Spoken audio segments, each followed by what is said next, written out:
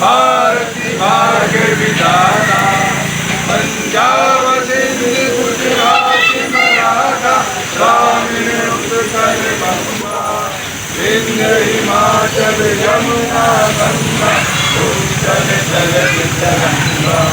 सब सुख नामे जागे, सब युग आशीष मांगे, गाए सब जय गाथा।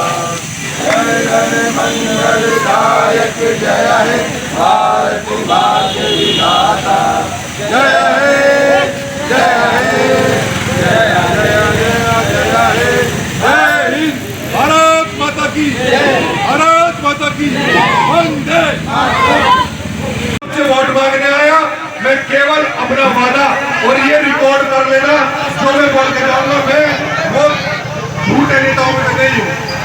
मैं राहुल गांधी का सिपाही हूँ, ना तो मेरा राहुल गांधी नेता झूठ बोलते और न मनीष त्यागी झूठ बोलते। और यूनिस भाई जानता के बारे में, आप लोगों को कभी भी कोई ऐसी समस्या महसूस हो कि आपका उत्पीड़न आपको टारगेट करके किया जा रहा है, तो इतना सारी चलने की आवश्यकता नहीं है। आप यूनिस भाई को बताना, यूनिस भाई मुझे बताएंगे, और मैं जितना भी समय आने में लगेगा, मैं आपकी मदद के लिए हर वक्त, कोई समय नहीं है, चाहे रात के 12 चाहे 2 बज रहे हो, अगर जुल्म आप के ऊपर कोई धर्म के आधार पर कर रहा है, तो ये मनीष त्यागी इस तिरंगे की सौगंध खा के कह रहा हूँ, आज 15 अगस्त है, मैं आप लोगों के हर वक्त हर समय, क्योंकि मैं ऐसे क्षेत्र में रहता हूँ जहाँ सब लोग भारतीय जनता पार्टी में झंडा लगाकर वो गर्व है। मुझे दुख होता है, इसलिए मुझे दुख इसलिए होता है कि मेरे पूर्वजों ने इस देश को अखंडता बनाए रखने के लिए, एकता बनाए रखने के लिए लड़ाई लड़ी, वो जेल गए, और उसके बावजूद भी आज ये फिरकापरस्त लोग, नफरती लोग इस देश को उसी रास्ते पर खड़ा करना चाहते हैं जिस रास्ते पर जिन्ना और अंग्रेजों ने इस देश को खड़ा कर दिया। लेकिन हम लोग, आप लोग मिलकर इन नफरती लोगों का ये संघर्ष कामयाब नहीं होने देंगे। एक बार मेरे साथ मेरे नेता राहुल गांधी का जयकारा और पार्टी का जयकारा हम जरूर लगाएंगे। राहुल गांधी, राहुल गांधी, कांग्रेस पार्टी। एक बात और, मैं अगर मुसलमान भाटिया की जाति का है, लेकिन इस देश की बहुमत की पहचान ये है कि जब यूनुस के ऊपर, दानिश के ऊपर, इकराम के ऊपर, इमरान के ऊपर के साथ मिलकर इस गुलदस्ते को उठाने भी नहीं देंगे। जय हिंद, जय भारत, भारत माता की, कांग्रेस पार्टी, महात्मा गांधी अमर रहे, जवाहरलाल नेहरू अमर रहे, कांग्रेस पार्टी जिंदाबाद, भगत सिंह अमर रहे, राहुल गांधी जिंदाबाद।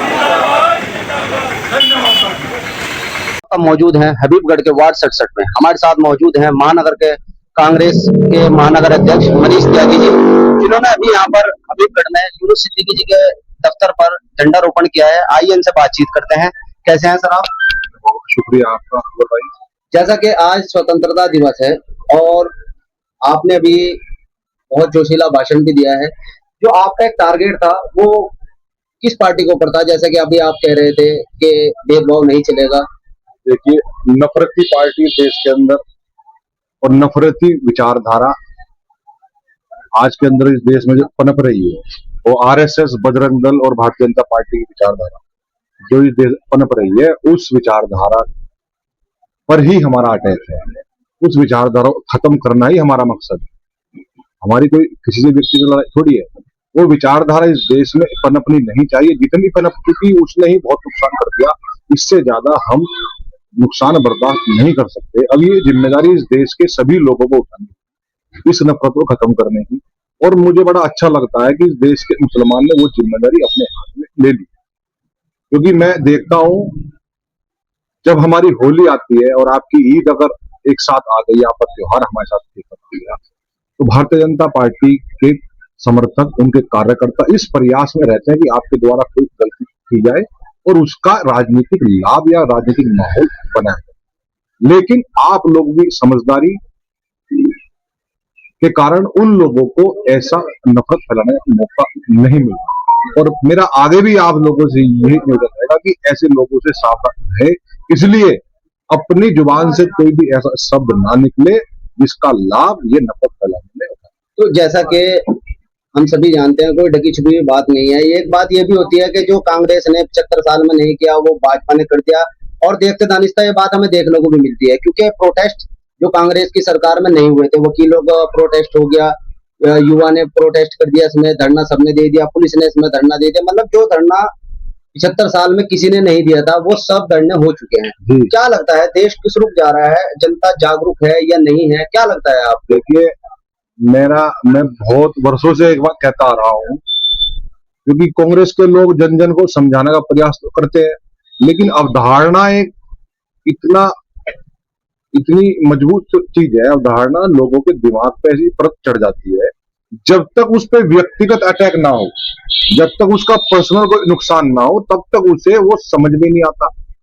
आज वही छात्र हमसे इस मौजूदा सरकार के समर्थन में लड़ते थे या इस मौजूदा सरकार के समर्थन में हमसे बहस करते थे, जब उन्हीं बच्चों का जब नुकसान हुआ तो उनके दिमाग से पर्दे हटे, उनकी अकल से वो अवधारणा का परत हटी और उन्हें समझ में आया कि इस देश की राजनीति और धर्म को अलग अलग लेकर ही चलना होगा। अगर हम राजनीति के साथ धर्म को जोड़ चलेंगे तो किसी भी देश ऐसा कोई भी देश नहीं है जो धर्म और राजनीति को साथ लेकर चला हो और उसमें तरक्की की हो। तो आज का नौजवान इस बात को समझ चुका है कि धर्म के आधार पर हम लोगों को ना बहकना है ना वोट देना। तो मैं ये महसूस करने लगा हूं कि अब देश का युवा समझदार हो गया, जागरूक हो गया और उसने इस देश की सरकार को बदलने की कमान अपने हाथ में ले ली। तो क्या लगता है आपको, जैसे बेरोजगारी के मुद्दे पर जब भी हम मीडिया ने सवाल उठाया है बीजेपी के कार्यकर्ताओं से, नेताओं से, तो उन्होंने अपना पल्ला झाड़ लिया है। कांग्रेस भी पल्ला झाड़ेगी अगर बेरोजगारी की हम बात करें? क्या रणनीति है आपकी? नहीं, मेरा नेता राहुल गांधी किसी भी बात पर झूठे ना साबित हुए ना झूठ बोलते। अब तक हमारी सरकार जिस प्रदेश में आई है, जहां हमने जो वादे किए हैं वो वादे 1 महीने के अंदर पूरे। तो आगे क्या रणनीति? आगे भी ऐसे ही होगा। हमारा नेता उतना ही बोलते हैं जितना पूरा कर सकते हैं। फालतू बकवास कर रहा है काम हमारे नेता नहीं। चलिए, तो आपकी जो यहाँ पर मौजूदगी है वो युवाओं को जोड़ने की है, क्या लगता है आपको? जो भीड़ इकट्ठी हो रही है, क्या कन्वर्ट होगी? बिल्कुल कन्वर्ट होगी। इन्होंने परिणाम दिए हमें 2024 में, इनकी वोट की बदौलत तो हमारा कांग्रेस का सांसद जीता है, परिणाम दिए हैं। हाँ, लेकिन मैं थोड़ा इन लोगों से ये उम्मीद करता हूँ, वोट तो आपने दिया, इसमें कोई दोहराई नहीं, रिजल्ट आया, लेकिन सपोर्ट दो। हमारे साथ जब आप सपोर्ट में खड़े होंगे तो जो फिर का प्रश्न लोग हैं उनकी जड़ें कमजोर होंगी, वो एक कदम पीछे हटते जाएंगे और हम एक कदम आगे बढ़ेंगे। चलिए, बहुत बहुत शुक्रिया। हमारे साथ एक और साथी मौजूद हैं जो मनीष त्यागी जी के राइट हैंड बताए जाते हैं यूनिवर्सिटी की। आप क्या कहेंगे मनीष त्यागी जी के जो भाषण था या जो उन्होंने कहा है? भैया, वो भाषण नहीं था, वो दिल की आवाज थी और सभी कुछ तो मेरे अध्यक्ष ने कह दिया। ये हमारे आंखों की सुकून है। जब हम अध्यक्ष जी को देखते हैं तो हमें इनके अंदर एक राहुल गांधी नजर आता है। थोड़े से हमारे अध्यक्ष जी जोशीले हैं, तो ये दिल से बात करते हैं, जज्बाती। भाषण देना तो एक नेता भाषण देता है, लेकिन उसके अंदर क्या होता है, कहीं ना कहीं आधा सच होता है, आधा झूठ होता है, ठीक है ना। मैं लेकिन अध्यक्ष जी को बहुत करीब से जानता हूं। जब बंदा दिल से बात करता है ना, तो सामने वाले के दिल पर असर करता है और उसका रिजल्ट देखने को भी मिल रहा है। हमारे अध्यक्ष जी का कार्यकाल समथिंग 1 साल के करीब हुआ है, ठीक है ना। और इनके साथ जो युवा बुजुर्ग जुड़ रहे हैं, जितनी स्पीड से ये लोग जुड़ रहे हैं, उसका परिणाम सबके सामने है। तो अध्यक्ष जी की दिल की आवाज हमारे दिलों तक पहुंच रही है। हम शाना बशाना मनीष त्यागी जी के साथ, कांग्रेस के साथ खड़े हैं, जान से जान लड़ा देंगे। शाना बशाना इनके साथ, ताकत बनकर जान माल तन मन धन से हर तरीके से इनके साथ है। चलिए, बहुत बहुत शुक्रिया। ये थे हमारे साथ यूनिवर्सिटी जी। जुड़ रहे हमारे चैनल के साथ। भाई, आइए इनसे भी बात करते हैं जी। जैसे आज स्वतंत्रता दिवस है, यूनिवर्सिटी जी के कार्यालय पर झंडारोपण हुआ है, मनीष त्यागी जी भी यहाँ मौजूद थे। आप क्या कहना चाहेंगे इस बात? देखिए, सबसे पहले तो मैं आज 80वां जो स्वतंत्रता दिवस है, मैं इसकी हार्दिक शुभकामनाएं तमाम शहरवासियों देशवासियों को पेश करता हूँ।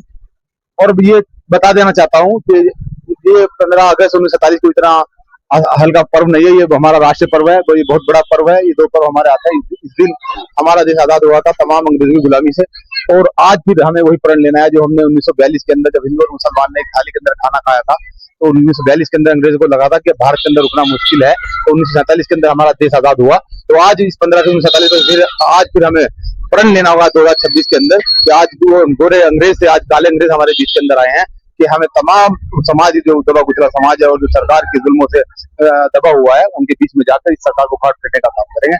और हम इस आज 15 अगस्त के मौके पर ये प्रण लेते हैं। बहुत बहुत शुक्रिया। तो आरिफ जी, हमारे साथ इस वक्त आरिफ जी भी मौजूद हैं। जैसा कि सोनू भाई ने भी कहा, गोरे अंग्रेज, काले अंग्रेज, या काले अंग्रेज कौन है, जरा इसके बारे में समझा। भाजपा वाले और कौन होते हैं? क्या कहेंगे इसके बारे में? जिस तरह से गोरे अंग्रेजों को जब महात्मा गांधी, डॉक्टर भीमराव अम्बेडकर, मौलाना हुसैन अहमद मदनी ने भगाने का काम किया था, तो इन्हीं की सांसद है कंगना रनौत, जिसका बयान है खुला बिल्कुल कि 2014 के बाद हमें असली आजादी मिली है। वो आजादी तो बस ऐसे ही थी, यानी कि महात्मा गांधी की कुर्बानियों को, मौलाना हुसैन अहमद मदनी की कुर्बानियों को, खान अब्दुल गफ्फार खान की कुर्बानियों को, अशफाकुल्लाह खान साहब की कुर्बानियों को, मीर अब्दुल हमीद साहब की कुर्बानियों को, सबको उसने बेकार कर दिया। यानी कि 2000 वो अपने आकाओं को, क्योंकि दरअसल गलती उसकी भी नहीं है।